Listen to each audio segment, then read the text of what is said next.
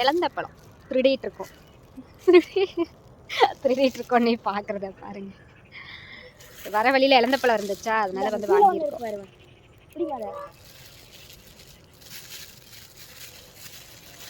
போதும், மால் நேரம், வியாழக்கிழமை நாள் போலாம். ரோட்லயே ஒருத்தருமே இல்லை சுத்திலும். அங்கே தாராபுரம் போயிட்டு கேக் ஆர்டருக்காக திங்ஸ் வாங்கணும். அன்றைக்கி 2 கிலோ கேக் பண்ணோமா, இப்போ வந்து ஒரு 1/2 kg வந்து சாக்கோ கேக் வந்து ஆர்டர் வந்திருக்குது ஃபுல்லாக ப்ரௌனியில்.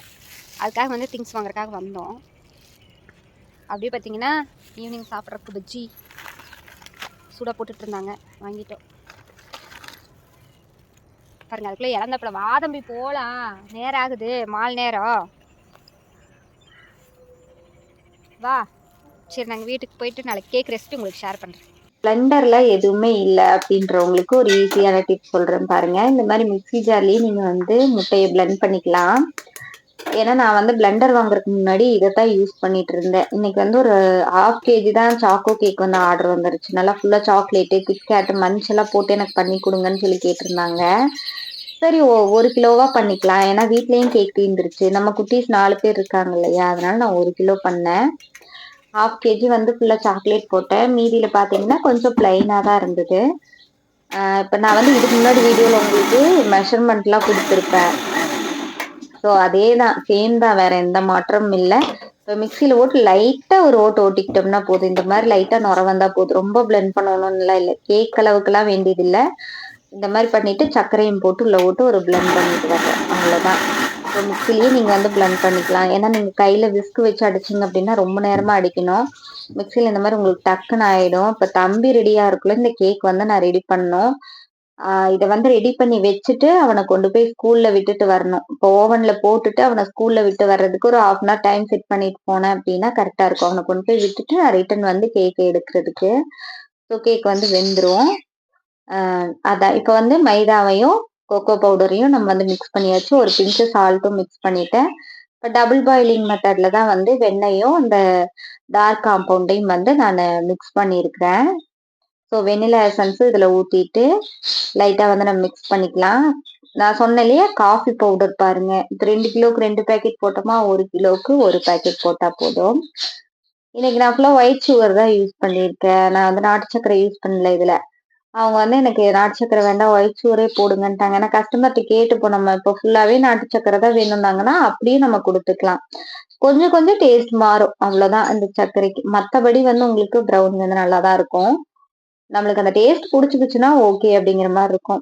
இப்போ வந்து காஃபி பவுடர், வெனிலா எசன்ஸ், அப்புறம் நம்ம பட்டரு, டார்க் அமௌண்ட் எல்லாம் இது பண்ணி வச்சிருக்கோம்ல, அதெல்லாம் போட்டு நீங்க பெரிய மிக்ஸி ஜாரா இருந்தா நீங்க திருப்பி ஒரு பிளண்ட் பண்ணிக்கலாம்.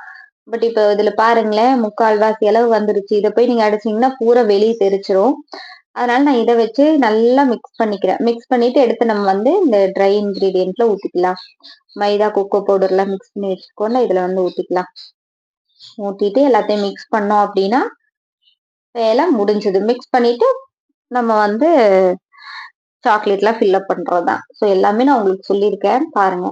இது ஒரு நல்ல பிசினஸ் என்னை பொறுத்த வரைக்கும். உங்களுக்கு நல்லா பிக்கப் ஆயிடுச்சு அப்படின்னா நல்லாவே பண்ணலாம். ஸோ என்ன, மற்ற கேக் மாதிரி நம்ம வந்து ரேட் கம்மியா கொடுக்குறது கட்டுப்படி ஆகாது. பீஸ் வந்து 20-30 ருபீஸ் கொடுக்குற அளவுக்கு கட்டுப்படி ஆகாது. ஒரு 50 ருபீஸ் வரையிலுமே கொடுக்கலாம். 50 ருபீஸ்ல இருந்து ஸ்டார்ட் பண்ணிக்கலாம்.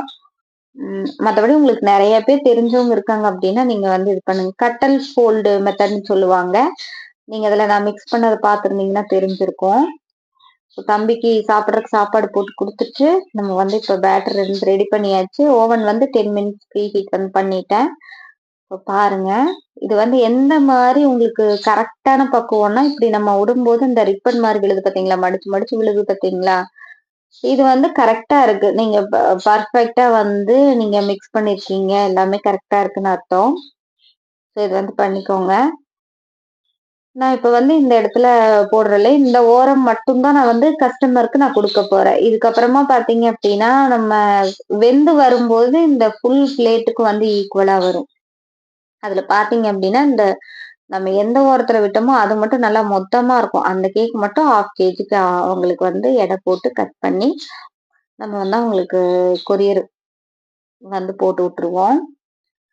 இவங்க நம்ம காலையில போட்டோம் அப்படின்னா ஓகே. இப்ப நம்ம லோக்கல்ல இருக்கவங்க அப்படின்னா நம்ம கொண்டு போய் டெலிவரி குடுத்துக்கலாம். இல்லன்னா நம்ம வந்து இப்ப நான் இன்னைக்கு ஆர்டர் குடுக்குறாங்க அப்படின்னா, இன்னைக்கு செஞ்சு நம்ம கொரியர் ஈவினிங் மார்னிங் ஆர்டர் வந்துருச்சுன்னா, செஞ்சு ஈவினிங் கொரியர் போட்டோம்னா, அடுத்த நாள் அவங்களுக்கு போயிரும். ஸோ கிட்ட இருக்க ஊருன்னா அடுத்த நாளே வந்து ரீச் ஆயிரும்.